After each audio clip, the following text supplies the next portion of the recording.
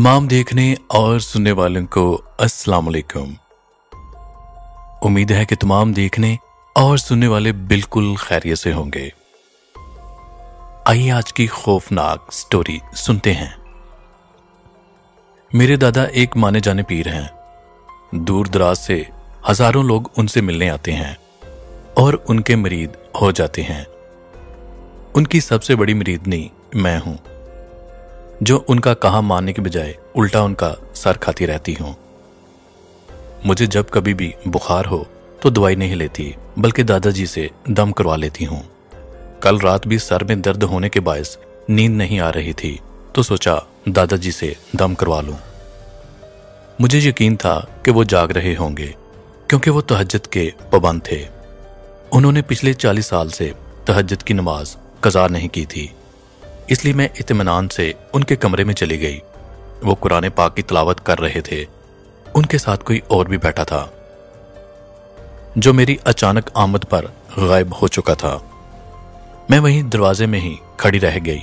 दादाजी ने कदरे गुस्से से मेरी तरफ देखा, ताहम मुझे हैरान पाकर उनके तासरात कुछ नरम हुए। सर में दर्द था, सोचा दम करवा लूं। जुमेरात और जुमा की दरमियानी शब को मेरे कमरे में मत आया करो।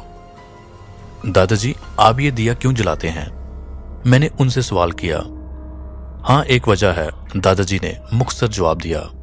क्या आप इस कमरे में अकेले रहते हैं? दादाजी, मुझे ऐसा क्यों लगता है कि यहां कोई और भी रहता है। मेरे इस कमाल अंदाज पर वो मुस्कुराए। उनकी पुरअसरार मुस्कुराहट ने मुझे जिद करने पर मजबूर कर दिया। फिर उन्होंने जो मुझे बताया वो सुनकर मेरे रोंगटे खड़े हो गए। दादाजी ने बताया कि आजादी हासिल करने के बाद जब हम प्यारे वतन पाकिस्तान पहुंचे तो यहां कई दिन तक हुकूमत की तरफ से अलाट की गई जगहों में क़याम पजीर रहे। मेरे वालिद एक ताजर थे, यहां भी उन्होंने तजारत का पेशा जारी रखा। फिर हम बहन भाई बड़े हुए, शादियां हुई और वालिदैन वफात पा गए, तो सबने जायदाद का बंटवारा कर लिया। एक ही घर में रहना मुश्किल था, इसलिए सबने अलग अलग मकान खरीद लिए और अपनी अपनी जिंदगी में मसरूफ हो गए। ये घर 1880 में मेरे छोटे भाई ने खरीदा था, मगर वो ज्यादा दिन तक इस घर में नहीं रह सके, क्योंकि ये घर असेबी था। मैं हैरान थी कि एक असेबी घर में हम लोग रह रहे हैं और मुझे मालूम भी नहीं था। फिर दादाजी ने बताया कि एक दिन मेरा छोटा भाई सो रहा था तो किसी ने उनसे कंबल खींच लिया। सर्दी की शिद्दत से उनका बदन लरज रहा था। वो उठकर कंबल ओढ़ लेना चाहते थे, मगर आंखें थीं कि खुलने का नाम ही नहीं ले रही थीं। फिर उनको महसूस हुआ कि शायद कोई जानवर पंजों के बल उनकी टांगों पर चढ़ रहा था। उन्होंने बहुत हाथ पैर मारने की कोशिश की, मगर जिस्म अपनी जगह से 1 इंच ना हिला। वो गहरे सांस लेकर खुद को नॉर्मल करने लगे। जिस्म पर पसीने की बूंदें नमूदार हो गईं, दिल की धड़कन तेज हो गई। वो जो भी था अब पेट तक आ चुका था। फिर उसके पंजे उनके सीने में चुभने लगे। वो तकलीफ से दोहरे हो गए। अब गर्दन पर किसी शय का लम्स महसूस हुआ और यकायक आंख खुल गई। वो चीखते हुए बेड से उतरे। वहां कुछ नहीं था।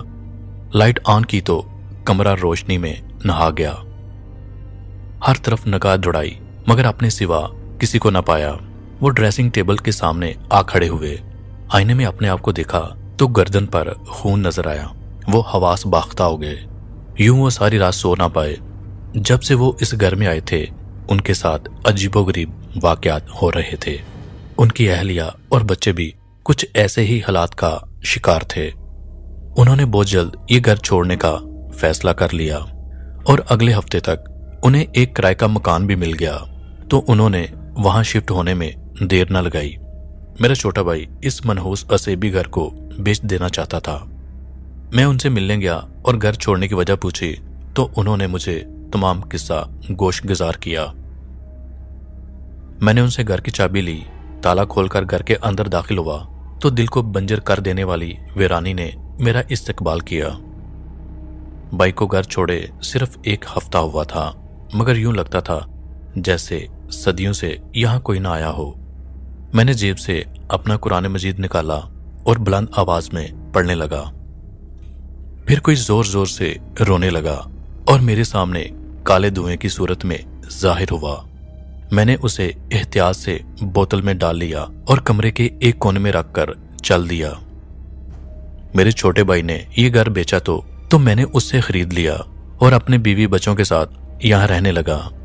एक दिन मुझे उस पर तरस आया तो मैंने बोतल खोलकर उसे आजाद कर दिया, लेकिन वो खबीस हमें तंग करने लगा। मैंने उसे सजा दी तो हाथ जोड़कर माफिया मांगने लगा कि आइंदा वो ऐसा कुछ नहीं करेगा, मगर मैंने उसे इस शर्त पर माफ किया कि वो हमेशा मेरा गुलाम बनकर रहेगा। मैं मुजस्समा बनी दादाजी की बातों को बड़े गौर से सुन रही थी। फिर दादाजी कहने लगे कि वो अब मेरा गुलाम तो है, लेकिन साथ ही एक अच्छा दोस्त भी बन गया है। वो इसी कमरे में एक कोने में रहता है, और रही बात इस दिए को जलाने की, तो वो मैं खुद जलाता हूँ क्योंकि मुझे पसंद है। फूलों और अगरबत्तियों की खुशबू उसे बहुत अच्छी लगती है, इसलिए यहाँ रखता हूँ। हर जुमेरात और जुमे की दरमियानी निसफ शब में तहज्जुद के बाद वो मुझसे मिलने आता है। ना काफी है या कुछ और भी बताऊं तुम्हें? उन्होंने मेरे गाल से हिलाते हुए कहा। ये तो थी आज की खौफनाक स्टोरी। अल्लाह ताला आपको आसानियां अता करे और आसानियां तकसीम करने का शर्फ बख्शे। आमीन।